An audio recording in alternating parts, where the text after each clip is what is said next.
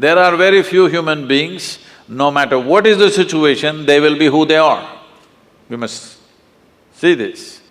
I was talking in another town starting with N in Andhra Pradesh. I'm speaking in Nellore to a large group of school students. And then I say, okay, I'll take some questions. One little girl, 14-year-old girl, stands up and she says, Sadhguru, they are saying Rama walked from Ayodhya to Sri Lanka. Is it practical that somebody can walk from Ayodhya to Sri Lanka, or is it just a story? Then I look at her and say, see, you are still a young girl. After a few years, you will find a man. When you find your man, do you want that kind of a man that if you get lost, he will walk all the way? Or he will think this is not practical and find a practical solution in his neighborhood?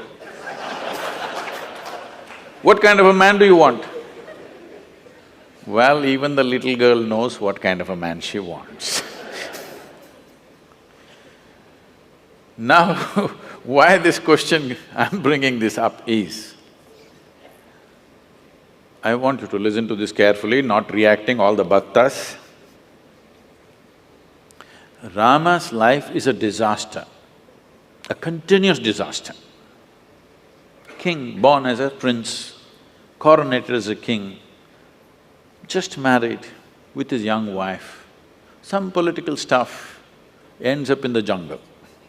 Living in the jungle, some television show may be showing it as some kind of a romantic affair, okay?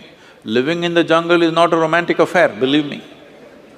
I have individually, by myself, I've lasted in the jungle for weeks on end by myself, eating out of the jungle. After 3-4 weeks when I came out into the town, people wouldn't recognize me. That's how it would be. So with a young wife, she's not a tribal woman, she's a princess. Living with her in the jungle is not a romantic affair, it's a tough life. Knowing that it's very difficult, his brother also follows him to assist both of them because he knows what will he do with this young woman in the jungle. Then as if that was not enough, his wife gets kidnapped, Sri Lanka. And then, because the wife means so much to him, he walks all the way, despondent, not a nice trek, not knowing whether she is alive or dead or what has happened to her. He walks down all the way, builds up a Tamil army, goes across, burns down a beautiful city, kills many people, gets back his wife, goes home. Now the wife is pregnant, no sonogram. So he doesn't know whether it's a boy or a girl or boys or girls or what. This is important for a king. For a king, it's very important that he has a son because it has to continue. But then once again some political situation, he sends his fully pregnant wife to the jungle. She goes there, delivers 2 boys, he doesn't know. And then he gets into a battle with his own children. If at all, if there can be a true disaster in your life, in anybody's life, knowingly or unknowingly you killed your own children, this is the worst thing that can happen to you. It almost happened to him. He almost killed them. Somehow, by fate, whatever situation, he did not kill them, he almost killed them. He did his best to kill them without knowing who they are. Then Sita dies without ever seeing him again. You call this a successful life? No. But we worship him. Why do you worship a failure like this?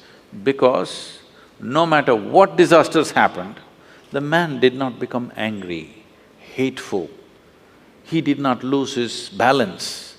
He maintained his balance 100%. He did not give up any of the values and ethics with which he lived. A continuous disaster, a serial disaster he is, but unmoved, untouched. It is this quality that we are bowing down to. We are not bowing down to him because he's a super success. He's a super failure, but within himself, do what you want. You cannot take away who he is.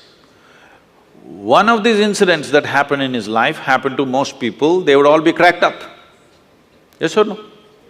Just one of these disasters happened in people's lives, they will crack up in their minds. Serial disasters, but total balance. We are bowing down to that quality because this is inner management. If you go out to do things in the world, you cannot control what the world will throw at you. But what you make out of it is 100% yours. You wouldn't mind stepping into any situation, facing anything in the world because you are in a blissful chemistry. Rama is in a peaceful chemistry. No matter how many troubles you throw at him, similarly, if you have blissful chemistry, no matter how much nonsense somebody throws at you, you're blissful.